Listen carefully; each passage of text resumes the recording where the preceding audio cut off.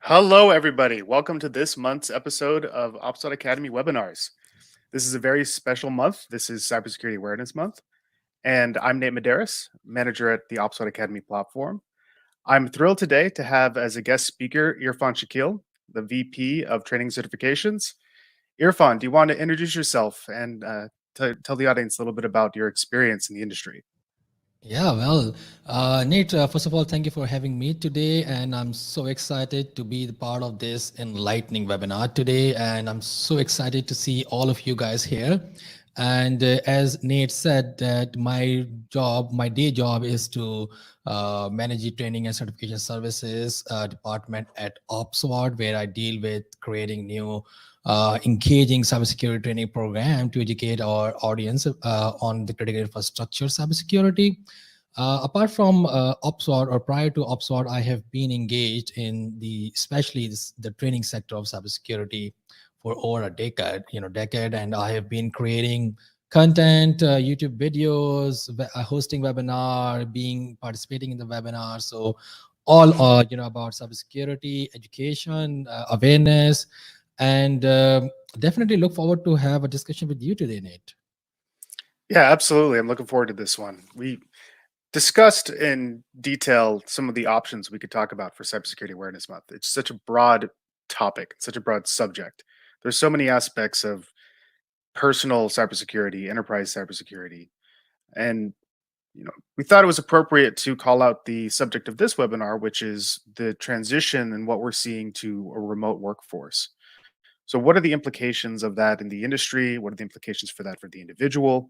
So, let's talk about it. Let's start diving into the shift that we've seen Yeah. in this new remote landscape. So, how has the landscape changed since we've seen this shift from COVID that really drove this home? Uh, for Yeah. pardon the pun, that really drove this into the landscape that we see today. So, what are we seeing in the modern era? Well, I mean, definitely, whenever we are going to discuss the remote work culture, COVID is or it should be the turning point because although there were organizations, offering this, I must say, facility to work from anywhere. However, after COVID, it became a norm.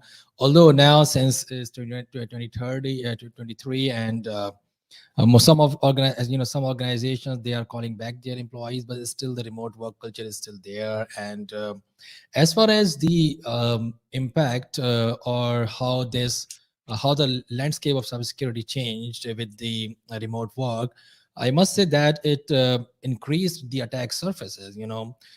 Just think about that with more employees accessing the company's resources from various locations and or by using various devices, the attack surface has significantly expanded.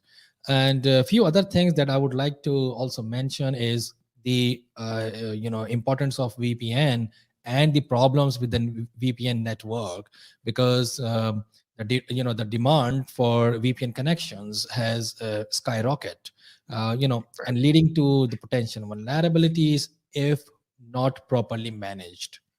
And And that was really what we where we saw the biggest impact of it all was during those mandatory lockdowns when companies really didn't have a choice in a lot of cases to start allowing their employees to work remotely, and they don't have the infrastructure to support those things.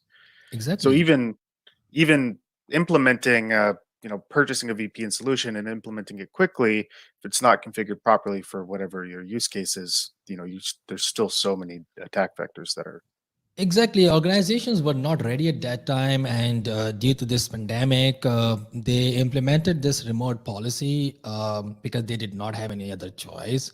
Although they were not technically ready, even the employees were not ready. They were not, educated enough. They were not aware enough. But nowadays, yeah, organizations have a better remote work policies and they have even the infrastructure ready. However, still, uh, the cyber attackers they go after the remote workers because they are the easiest target. yeah. I want to talk about that for a little bit. So we obviously had that big surge of vulnerability when people were first forced to work from home. Now we've kind of reached a point where work from home is more prevalent than it was before the pandemic. Obviously, not as much during. So, what kind of what kind of statistics are we looking at here? How much of the workforce is still working from home after that initial transition? How much are companies being lenient with this? Does the hybrid model come into effect here? Because now, you potentially are still needing to adhere Yeah. to all of those remote work security policies, even if it is just a few days. It doesn't eliminate those vectors. So what's the sense of it today? What are some numbers that we could look at? Yeah, I mean, see, remote work definitely increased or expanded the attack surfaces, and increased the challenges for the organizations to manage, especially the cybersecurity side. However, it has several advantages as well, especially hiring or the option to hire talented people across the world. Opens many doors, like you can get the best talent, maybe somebody sitting in Asia, someone in Europe. So regardless of geographical boundaries, you can hire, meaning that this pandemic, after COVID-19, hiring remote worker is of course not organizations are not forced to hire or to have a remote work policy, but now they are doing this um, uh, you know deliberately, because they get best resources. And it's so as far as stats are concerned, there are approximately 12 or 13% still full-time employees work from home even in this year 2023. And It's a as I significant said, number. yeah, a significant number. And I can see the advantages, like you can get a bigger pool of talented people, and then you can hire from anywhere you want. So yeah, advantages are still there. However, I would like to also emphasize on the dangers of hiring remote workers, especially since we are having this discussion Yeah, this cybersecurity. the cybersecurity discussion.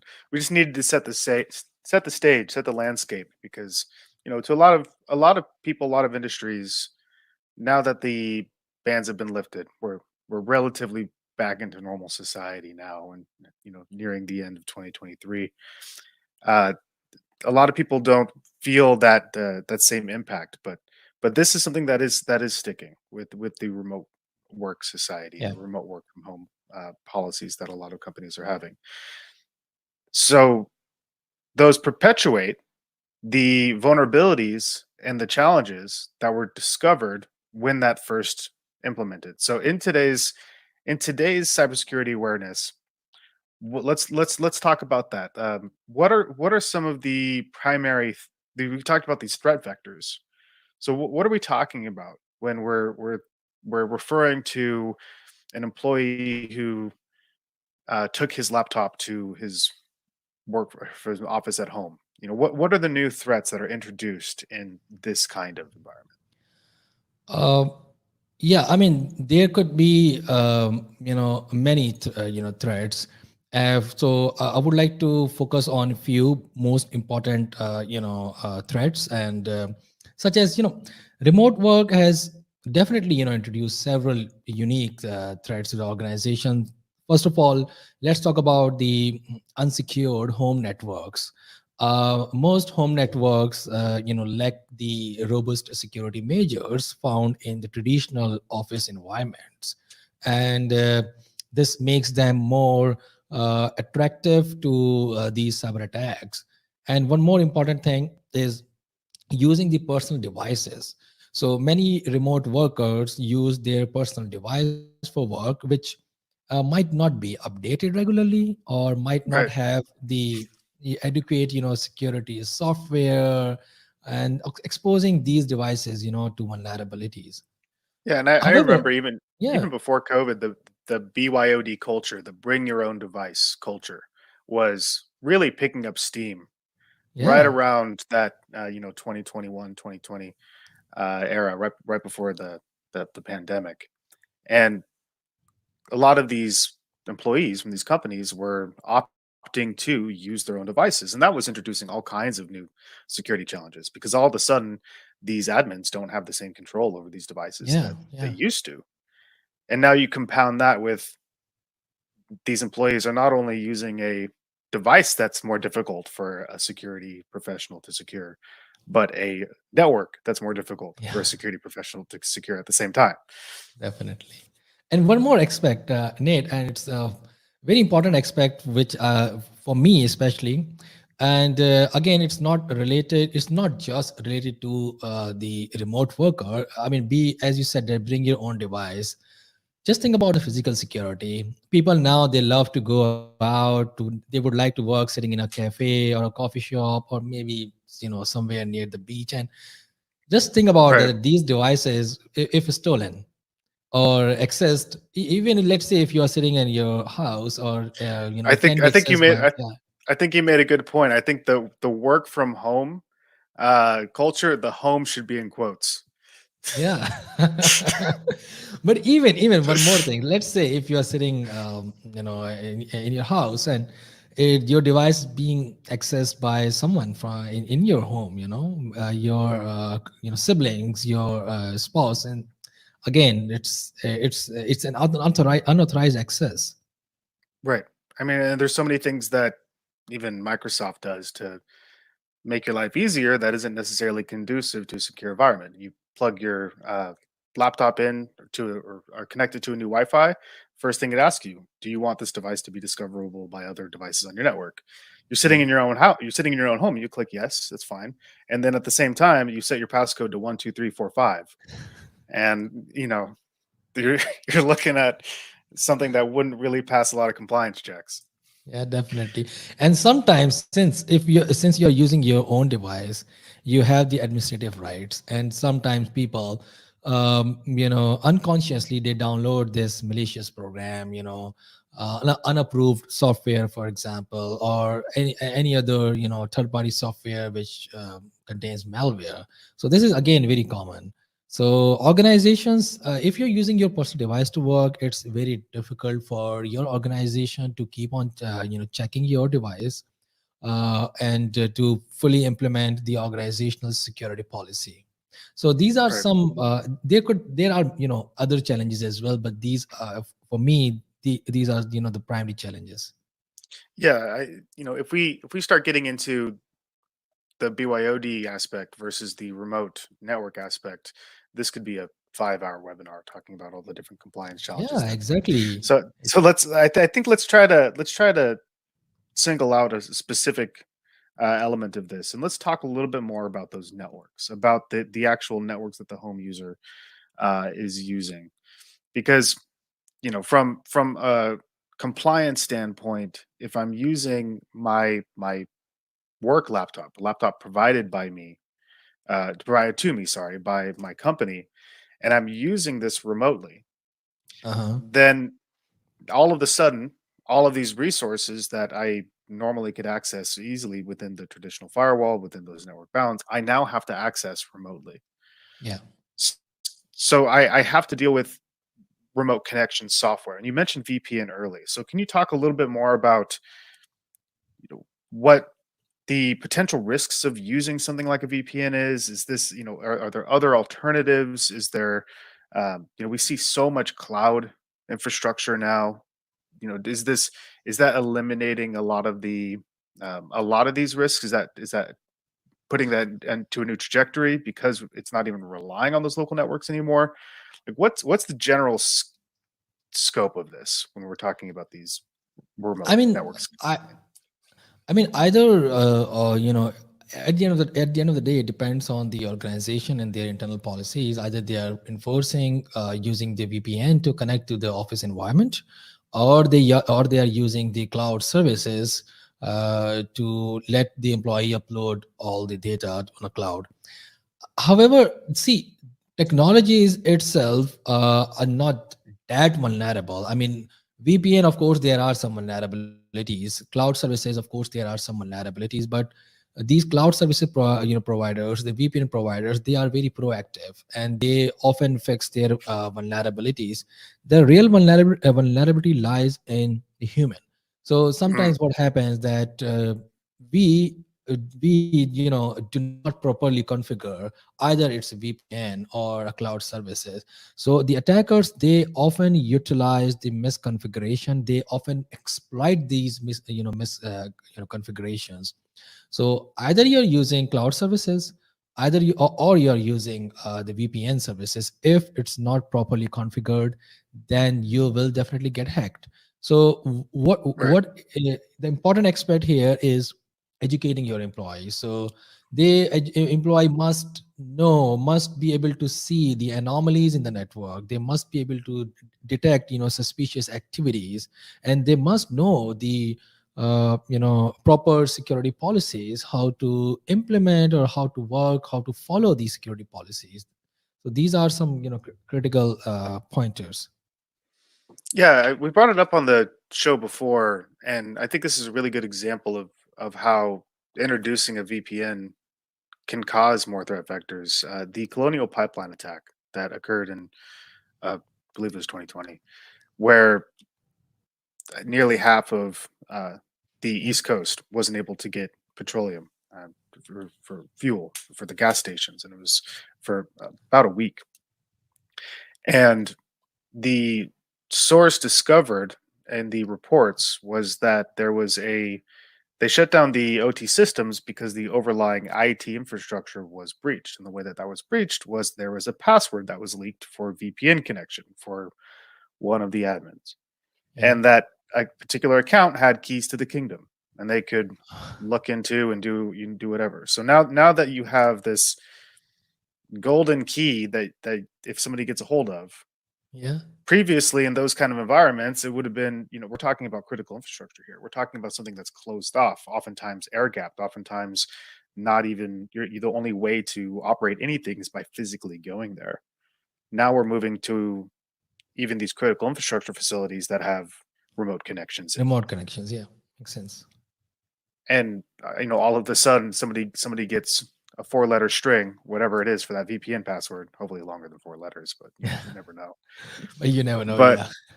and then it takes out the entire East Coast fuel supply for a week. That's what we're talking about here. Yeah. But again, you see, even in this example, the problem is not the technology itself. The Right. VPN is not the problem; is how you are handling. So that's the real problem here. And even with the remote worker, if you are not properly handling your, device, and then you would definitely get hacked. So yeah, as I said, that VPN cloud services, no matter what technology are using, most of the time it's the human, and it's the human error, either deliberate human error or an insider threat. But again, it's the human error, I must Yeah. say. As our AI overlords would say, that we are the fallible ones, not the computers, Yeah, right? yeah, yeah, So we do need to address that human error aspect. And yes, the example that I brought up was to iterate your point exactly. And the dynamic really now is, if I was 10 years ago to go into an office and want my workspace to be secure from cyber attacks, that would be handled by the IT and security team of that company. They would make sure that when I worked, I was secure. And yes, even then there was practices that you would need to do your part. Do you feel like the responsibility for being secure has shifted more toward the individual employee now that we're seeing this remote work? Yeah, definitely. However, not just an individual employee. The responsibility of cybersecurity definitely, undergoes a noticeable shift when working remotely. However, the responsibility on employee and the employer also shifted. So let's just talk about the employee responsibility. As I said, that employee responsibility has significantly increased, and as you have given the example that in a traditional office setting, much of the cybersecurity infrastructure is managed by the IT department. However, in remote settings, employees play a more active role in ensuring their devices and their network are secure. However, companies' role is still there, and the company plays an important role in educating the employee. So companies must invest more in training and educating their employees about cybersecurity best practices. We cannot simply rely on individuals' intuition, and Right. we cannot say that, hey, it's your responsibility now. Being an employer, it's your job to educate your people about cybersecurity best practices. We, as an employer, we must inform them what to do, what not to do. Let's say we, as an employer responsibility, such as employer must create bring your own device policies, like what you can do with your own personal devices, what sort of access you can get, what sort of and let's say if you are using your personal devices, then what sort of responsibilities are on you. It's more Mhm. like educating employees, but again, yeah, employee must be aware of these things, and employees must um, play an active role in securing the organization resources. One more aspect which I think goes to the employer side is having a decentralized IT support, because see, people are now working 24/7. I mean, on different time zone. So, and sometimes they need support. And let's say if one of your employee in the sitting somewhere in Africa, or using any other time zone, and if that employee feels something, for find something as suspicious, and that employee needs to report to the IT department. So IT department should be available at that time to take immediate action. So there are Right. responsibilities on both sides. I mean, even outside of multi-regional aspect, that brings up a point as well, because this culture shift to remote work really does, I think it changes people's hours. Because all of a Yeah. sudden, if I, oh, there was an email I forgot to send, or oh, there was a report, you know, previously it was, I'll do it first thing when I get in the office tomorrow. But now my workstation's just in the next room, or to stand up, walk Yeah. over to the desk, whatever it is. So, and if I run into problems while I'm dealing with those things, then I'm raising a ticket, and that the IT staff is going to have to support that new lifestyle, the new work style, really. But yeah, that's a very Yeah, interesting point. it's no more 9 to 5. It's more like need basis, if I need to Yeah, do something, uh, I have the on device. yeah, not it's 9 to 5 plus on call. Yeah. Yeah, definitely 9 to 5 plus on call. Yeah, And again, let's not get into the debate of the advantages and disadvantages of working yeah, yeah. remotely. That's more, stick to the cybersecurity aspect of this Yeah, here. So definitely. so what are some things that we can do? So you mentioned training. You mentioned that we need to educate. So we need to have policies that define what you can do with your BYOD device, what you can do Mhm, from your remote network.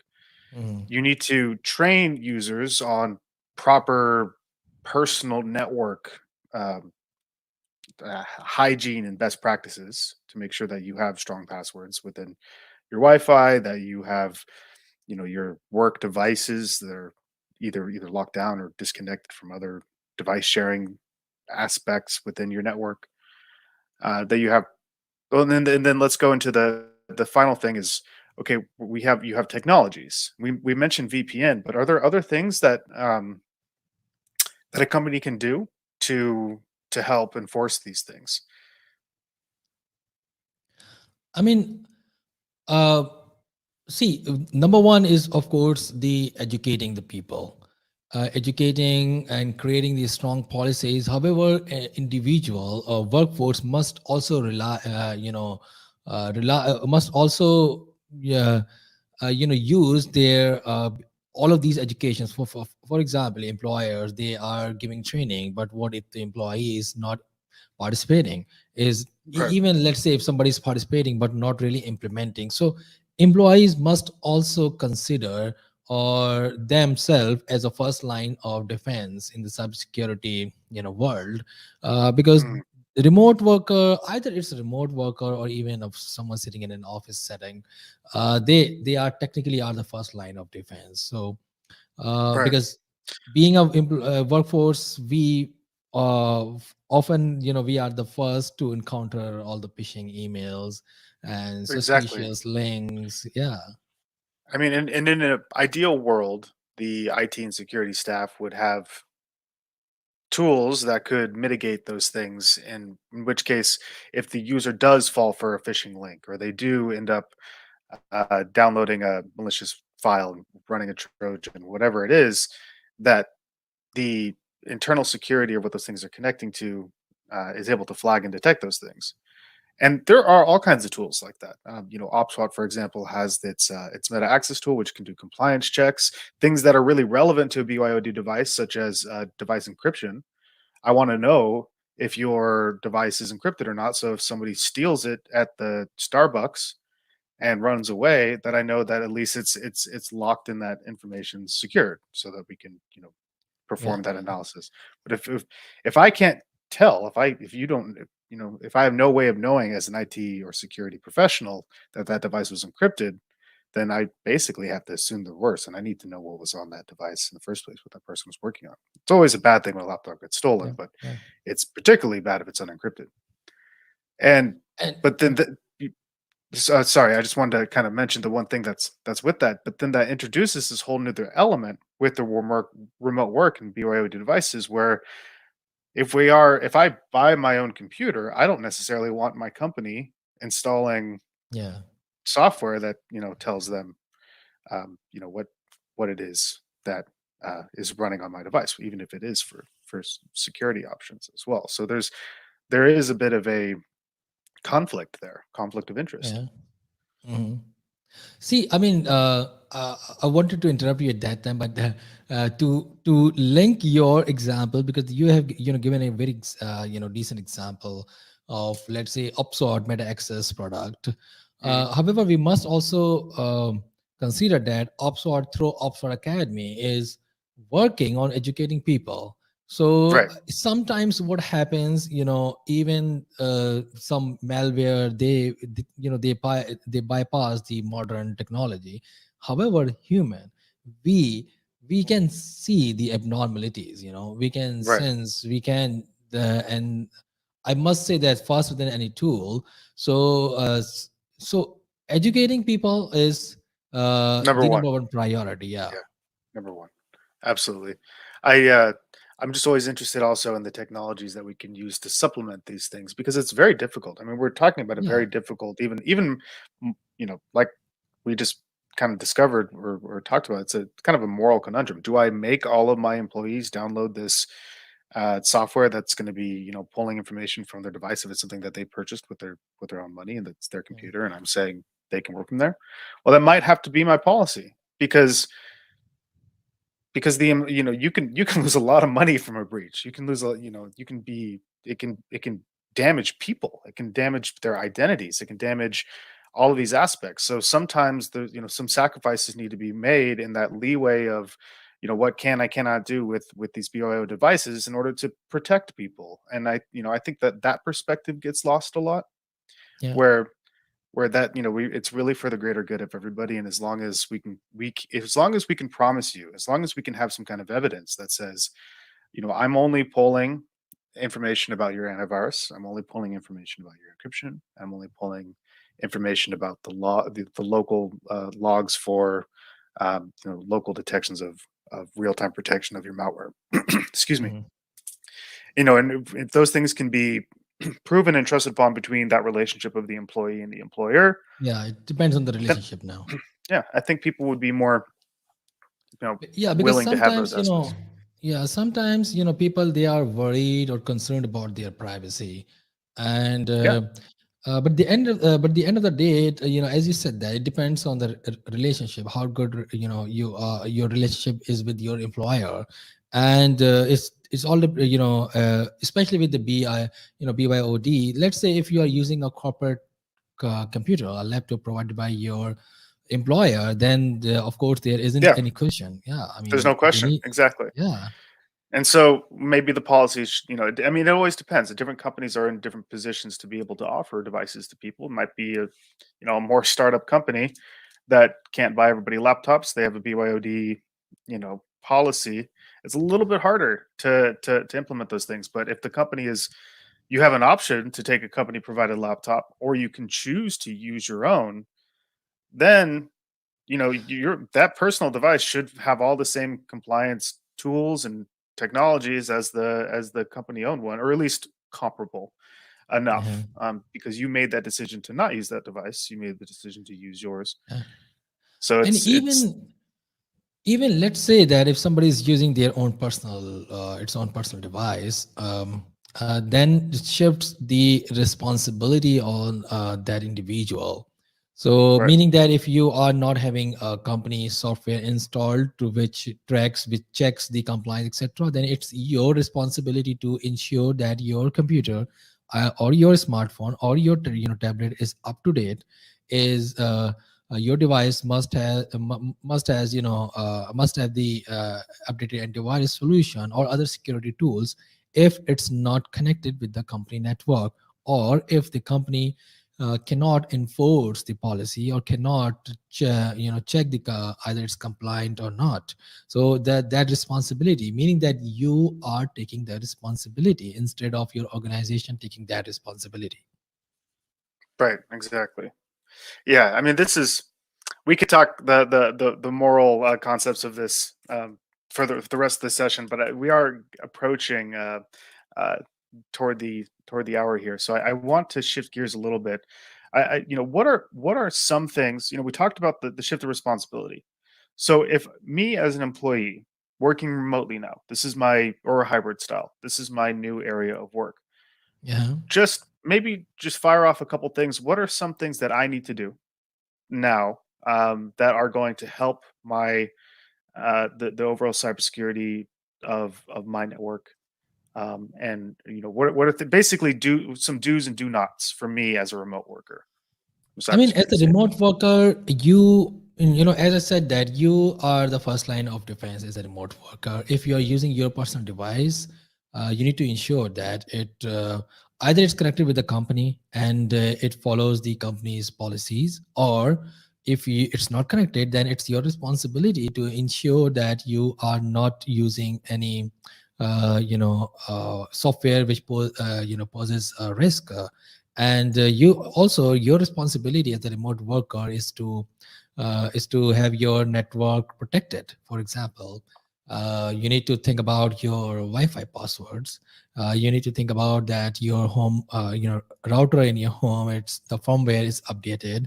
You need to think about the VPN that you are using to access the company's resources. And then you also need to in this scenario, you act as a data stewards. And remote workers, let's say, handle company data daily. And they must ensure that data is stored, transmitted, and disposed of securely, and by following the company policy. And other responsibilities, or other do's that a remote worker must do, is keep on learning, because cybersecurity landscape is ever evolving. I mean, you need to stay current, you need to stay updated, you need to learn.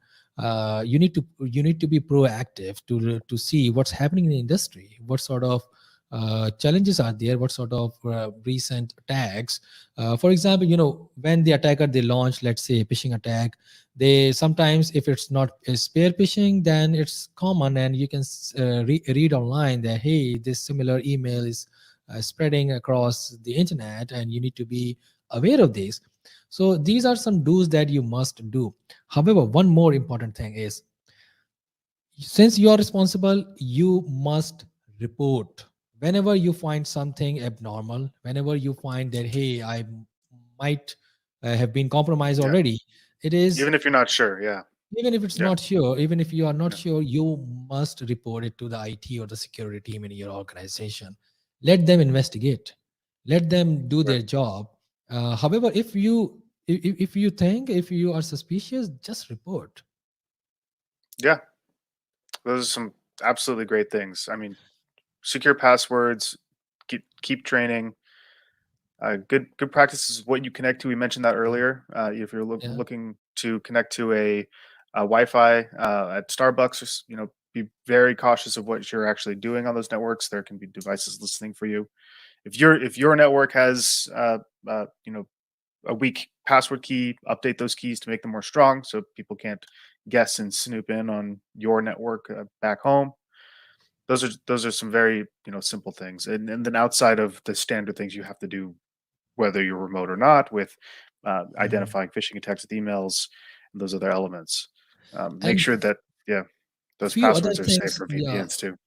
few other things. I mean, personally, I am a firm believer that you should never use an unsecured Wi-Fi. Like, Yeah, I mean, I don't encourage, I don't I don't want people to go to the Starbucks and use the Starbucks Wi-Fi, or go to the nearest airport and use the Wi-Fi there. If it's not necessary, I would suggest to avoid, because you do not know that somebody sitting in that same Starbucks might be sniffing your data, and you do not even know that it's valid Wi-Fi, or you are connected or connecting to a rogue Wi-Fi. So right. there are these attacks are also there. So for me, again, as I said, that I'm a firm believer that you should never use the public Wi-Fi. And for those who may not be familiar in the audience, I did get a question here about rogue Wi-Fi question mark. That is when an attacker spoofs the name of a particular network and also broadcasts that as well. So you can have Texas Airport Wi-Fi as the name of the Wi-Fi, but somebody else is broadcasting their Yeah. own from personal device that with the exact same name. You connect to the wrong one. Sure, it might be on a mobile connection, forward out to the internet, but now they're just tracking everything you're doing, and what they want to catch Yeah. is any information that you're sending, like passwords, credit card information, uh, you know, I mean, it's any it's it's sensitive info. rogue Wi-Fi is a classic example of the man in the middle attack. So somebody Right. sitting between you and the router and acting as a router, broadcasting, the SSID, saying that, hey, I am the Wi-Fi. Hello, I'm the Wi-Fi. I'm free. Just connect. Use the free internet. And when you see, hey, free internet, so when you connect, all of your information goes through that attacker computer. So it's a classic Right. example of man in the middle attack, and it happens. And if somebody's really out to really out to trick somebody as well, you could do the exact same thing with the home network. You could do the same thing with any network. You could be sitting at your house and somebody could be targeting you for whatever reason. Maybe they know you're an accountant for an important firm or whatever it is. They get somewhere within the facility, or maybe drop a device while you're away or at work that broadcasts the same SSID as that network, because they can see it if they're just walking by the house with their phone looking for Wi-Fi networks. They can see what your network is. Put something with the same name, drop it by Yeah. there, make it no authentication. Sometimes your devices will ask you, "Are you sure to connect to a network that doesn't require authentication?" Some people just, they hit allow for all the notifications on their phone anyway. They don't really think about it, and all of a sudden now Because you're, we love free things. yeah, exactly. Free Wi-Fi. So, we're running a little out of time here, Irfan. I do want to talk a little bit about the future. So Uh-huh. what are we going to expect? What do you foresee that we're going to see as far as the prevalence? First of all, what do you see for the prevalence of work from home in the future? Do you think we're going to be reined back in to more of how we were pre-COVID, working from the offices, or do you see the work from home and hybrid model expanding in the future? That's my first question for you. I mean, for me, I believe that the corporate networks, I mean, that big organizations, they might not support the full remote work. However, hybrid, yeah, because see, hybrid, working hybrid is now considered as a perk. And organizations, they are now advertising. Let's say if there is a job opening, Advertising, yeah. they say advertising that it's a hybrid, meaning that 3 days you need to come to the office, the rest of the days you can stay at home, or stay wherever you want.